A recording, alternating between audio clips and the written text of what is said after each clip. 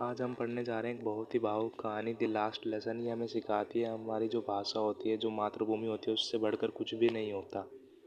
कहानी एक छोटे से लड़के फ्रांस की है, जिसे पता भी नहीं था आज उसकी ज़िंदगी का उसे आखिरी सबक मिलने वाला है।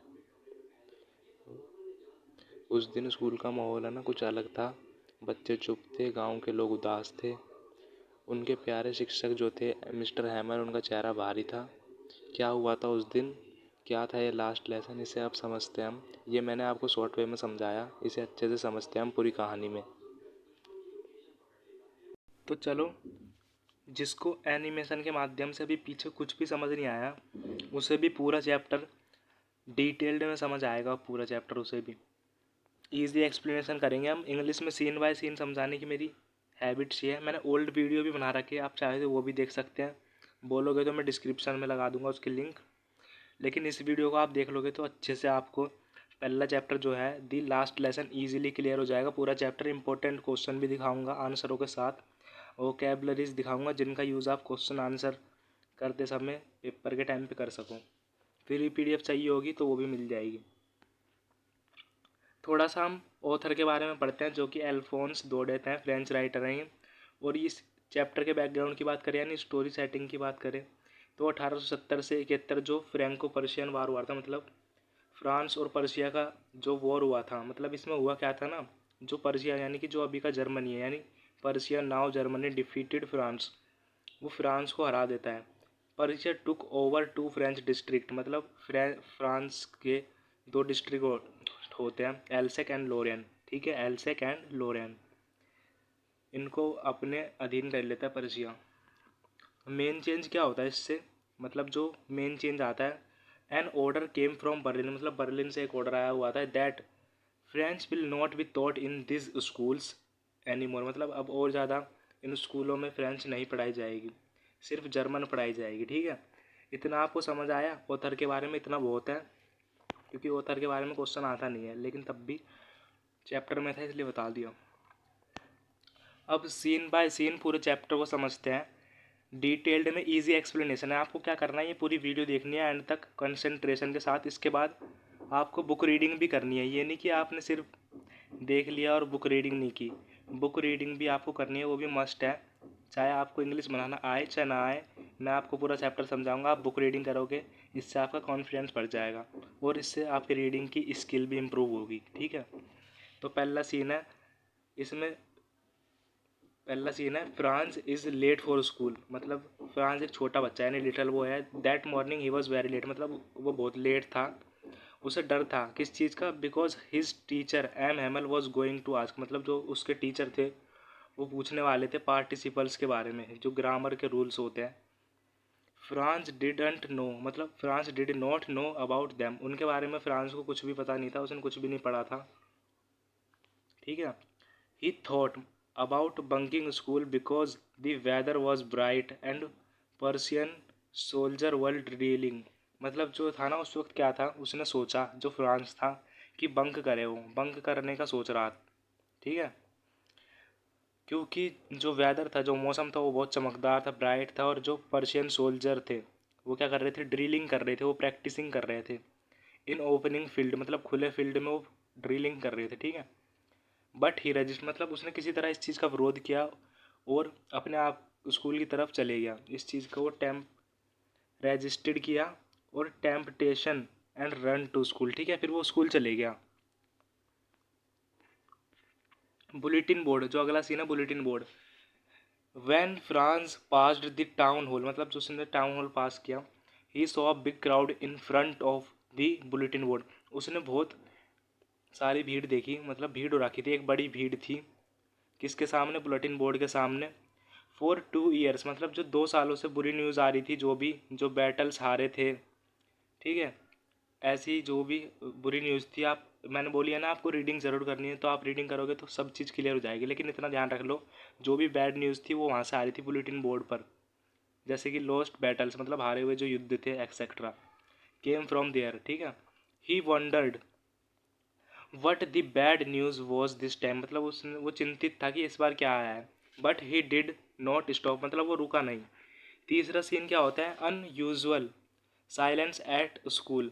अनयूजुअल अनयूज क्या लिखा है, usually the school was very noisy, मतलब बहुत शोर शराबा होता है, बसल होती है एक तरह की। He could hear desk opening, मतलब डेस्क की ओपनिंग, लेसन रिपीटिंग इन यूजन, मतलब एक साथ जो सब एक साथ लेसन रिपीट करते हैं उसकी साउंड होती है। And teachers rulers teachers ruler rapping on table, मतलब रूलिंग करते हैं, वो टीचर भी होते हैं। बट उस दिन क्या था ना, सब कुछ शांति थी, मतलब as quiet as a Sunday morning, ठीक है। Franz was embarrassed about because he had to enter the classroom when everyone already sitting, मतलब जब वो आया था तब सब के सब पहले से बैठे हुए थे। चौथा सीन है शॉकिंग अनाउंसमेंट। फ्रांस है ना, दो अजीब चीज़ें, यानी Franz noticed two strange things. पहली क्या थी, एम हैमल क्लोथ्स, मतलब he was wearing his beautiful green coat, frilled shirt and black silk cap, जैसे कि आप इमेज में देख सकते हो। वो ये चीज़ कब पहनते थे, जैसे कि स्पेशल डेज होते थे, जो भी समारोह हमारा होते थे उस वक्त पहनते थे। तो ये चीज़ उसे अजीब लगी थी। दूसरी चीज़ क्या थी, बैक बेंचेस, मतलब जो पीछे के बेंच थे उस पर क्या था, विलेज एल्डर्स, जैसे कि जो ओल्ड हाउसर हो गया, फॉर्मर मेयर हो गया, एक्सेट्रा, वो बैठे हुए थे, ठीक है, पीछे की सीटों पर। दे लुक्ड सैड, मतलब वो सैड दिख रहे थे। M Hamel then said in a very kind voice, my children this is the last lesson. फिर वो बताता है कि ये लास्ट लेसन है जो मैं तुम्हें गिव करूँगा। The order has come from Berlin to teach only German, this is your last French lesson, ठीक है, ये ऑर्डर आ चुका है, ये आपका लास्ट फ्रेंच लेसन है, ये बर्लिन से ऑर्डर आ चुका है। फ्रांस फेल्ट लाइक अ थंडर क्लैप, मतलब एक तरह के झटके की तरह वो फील करता है। हैड हिट हिम, जो उसे हिट कर देता है। He felt very sorry for not learning his language earlier, मतलब वो सॉरी फील करता है कि उसने अपनी लैंग्वेज को सीखा नहीं। गिल्ट आता है, रीअप्रोच की बात करें पांचवें सीन की। Franz tried to recite the rule of participles but failed, ठीक है, लेकिन फ्रांस फिर भी फेल हो गया। M Hamel did not scold him, मतलब उसने डांटा नहीं उसे, जो एम हैमल उसके टीचर थे फ्रांस के।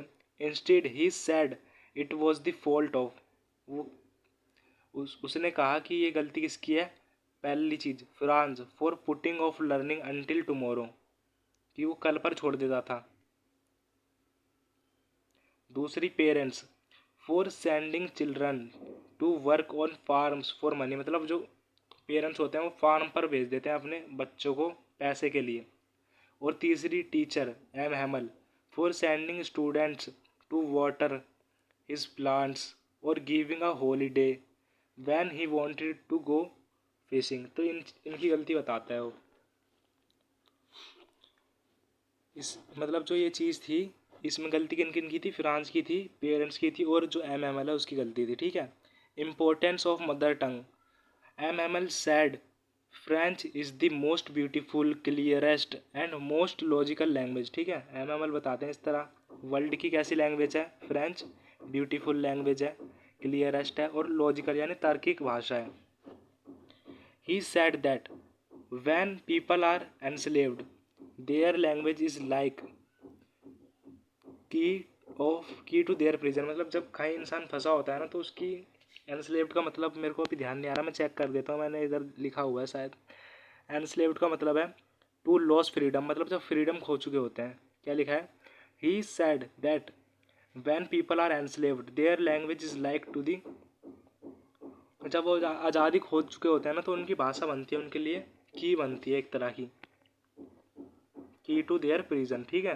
फाइनल मूवमेंट की बात करें, M Hamel taught grammar and writing with great patience. Franz understood, मतलब फ्रांस इस बार समझता है, एवरी थिंक ईजिली, आसानी से समझता है, that day because he was listening carefully, वो केयरफुली सुन रहा था। At 12 o'clock church clock struck, मतलब चर्च क्लॉक बजती है। द पर्शियन ट्रम्पेट्स साउंडेड, उनकी आवाज़ आती है। एम एमल स्टूड अप, मतलब खड़ा हुआ। ही वॉज वेरी इमोशनल, इमोशनल था, एंड कुड नॉट स्पीक, और बोल नहीं सका। ही टुक अ पीस ऑफ चौक, उसने एक चौक का टुकड़ा उठाया और जितना बड़ा वो लिख सकता था उतना बड़ा उसने लिखा ब्लैक बोर्ड पर। क्या लिखा उसने, वाइव ला फ्रांस, यानी लॉन्ग लिव फ्रांस। इसका मतलब होता है कि फ्रांस जो है वो अमर रहे। He then signed with his hand, मतलब वो अपने हाथ से साइन करते हैं क्या लिखा है, साइनेल्ड, मतलब वो साइनेल्ड करते हैं अपने हाथों से, school is dismissed, you may go. इसी के साथ ये चैप्टर है ना, इसकी एक्सप्लेनेशन आपको अच्छे से समझ आई होगी। ये इंपॉर्टेंट वोकेबलरीज है, इनको जरूर याद कर लेना, एक बार पढ़ लेना इनका मतलब, क्योंकि इनको आप यूज़ कर सकते हो क्वेश्चन आंसर लिखते समय इंप्रेशन बढ़ाने के लिए। इंपॉर्टेंट क्वेश्चन है जो रिपीटेड होते हैं, जैसे शॉर्ट क्वेश्चन है ये, why did France noticed that was unusual about the school that day. मुझे अनयूजुअल क्यों लगता है स्कूल के बारे में उस दिन जब वो जाता है, ठीक है, उसे अजीब क्यों लगता है। इसका आंसर भी आप पढ़ सकते हो अच्छे से, ठीक है। अगला क्वेश्चन है, what had been put up on the bulletin board, मतलब क्या लगा होता था बुलेटिन बोर्ड पर, इसका भी आंसर है मास्टर आंसर। इसको तो आप ज़रूर याद कर लेना, एक दो बार पढ़ लेना, जो ये मास्टर आंसर है ये 5 मार्क्स के लिए, मतलब कोई भी क्वेश्चन आए 5 मार्क्स का तो उसमें आप कर सकते हो। जिनको इंग्लिश बनाना आती है वो तो क्वेश्चन अच्छे से समझेंगे और इजीली कर सकते हैं, मतलब 5 मार्क्स का क्वेश्चन किसी भी चैप्टर से आ जाता है, ऐसी कोई बात नहीं है। जैसे मान लो ये क्वेश्चन नहीं है इसमें, मतलब अगर कोई क्वेश्चन आ जाए चैप्टर की थीम से रिलेटेड, यानी जो MML टीचर है उसके कैरेक्टर से रिलेटेड और इम्पोर्टेंस ऑफ लैंग्वेज से रिलेटेड क्वेश्चन आ जाए, तो आप ये स्ट्रक्चर यूज़ कर सकते हो क्वेश्चन का, ये ऐसे आंसर लिख सकते हो, जो ये आंसर है ना इसको लिख सकते हो।